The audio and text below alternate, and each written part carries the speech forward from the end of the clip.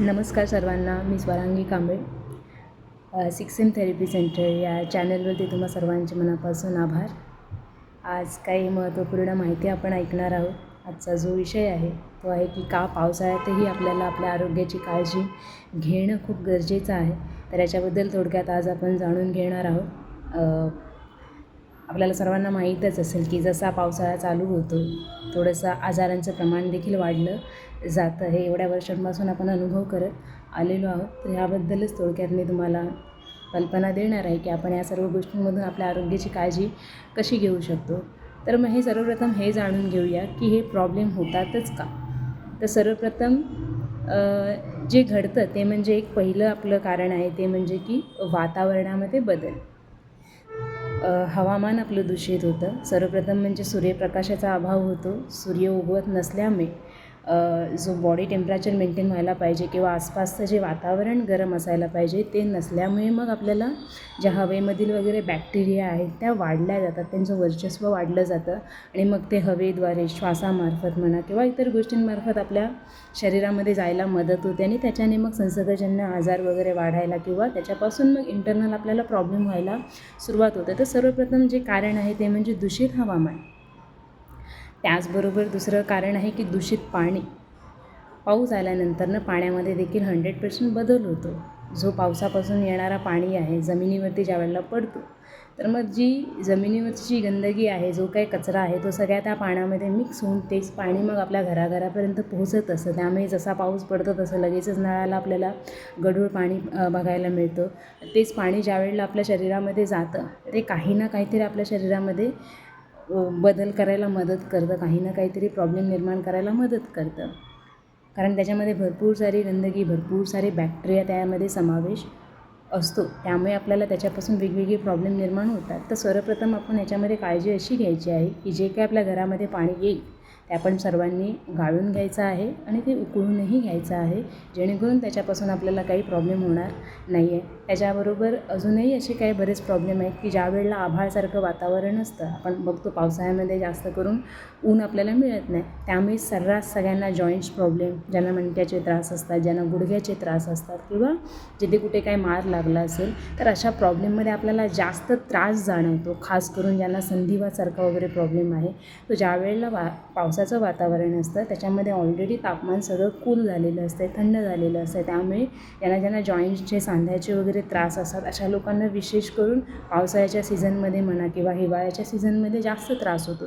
कारण ऑलरेडी वातावरण थंड झालेलं असतं आणि बाहेर वातावरण थंड असल्यामुळे आपलं देखील बॉडी टेम्परेचर डाऊन होतो आणि जिथं आपलं शरीराचं तापमान कमी होतं तिथं आपली आपोआप इम्युनिटी पॉवर देखील कमी होत जाते आणि मग जिथे इम्युनिटी आपली कमी होत जाते तिथे मग आपोआप हे जे संसर्गजन्य प्रॉब्लेम्स आहेत किंवा जे साथीचे जे त्रास आहेत, मग मलेरिया असेल किंवा ताप, सर्दी, खोकळा, शिंका येणं म्हणा किंवा असे जे वेगवेगळे प्रॉब्लेम आहेत ते एक सध्याच्या पावसाळ्याच्या सीझनमध्ये माणसांना होत जातात. सो याच्यापासून आपल्याला वाचायचं असेल तर मग आपल्या शरीरासाठी आपल्याला विशेष लक्ष देणं गरजेचं आहे. बॉडी टेम्परेचर मेंटेन ठेवणं गरजेचं आहे. त्याचबरोबर आपण बघतो हॉस्पिटल्स वगैरे फुल होतात पावसाळ्यामध्ये, कारण लहानांपासून ते मग बुजुर्गांपर्यंत, मोठ्यांपर्यंत सगळ्याच वयोगटातील लोकांना शक्यतो पावसाळ्यामध्ये हे प्रॉब्लेम होतात. त्याच्यासाठी आपल्याला विशेष काळजी घेण्याची गरज आहे. संसर्गजन्य आजारांपासून वाचण्यासाठी आपल्या शरीराला आतून स्ट्रॉंग ठेवणं गरजेचं आहे. शिवाय आपल्या घरामध्ये पण आपण बघतो जसा पावसाळा चालू होतो सगळं काही गार होऊन जातं, फरशी म्हणा, भिंत म्हणा. सो ह्या सगळ्या गोष्टींचं टेम्परेचर थंड झाल्यामुळे आपोआप आपल्या देखील बॉडीचं तापमान हळूहळू कमी होत जातं. सो हे कुठेतरी बॉडी टेम्परेचर मेंटेन राहण्यासाठी, शरीरामध्ये फ्लेक्सिबिलिटी मेंटेन राहण्यासाठी, स्नायूंची हालचाल चांगल्या पद्धतीने होण्यासाठी, शरीर हमेशा लवचिक राहण्यासाठी, बऱ्याचशा वेळेला ज्यावेळेला थंड वातावरण होतं मसल्स अखडले जातात, स्नायू अखडले जातात, जी हालचाल रेग्युलर बेसिसवरती व्हायला पाहिजे ती कुठेतरी होत नसल्यामुळे आपल्याला वेगवेगळे प्रॉब्लेम जाणवत असतात.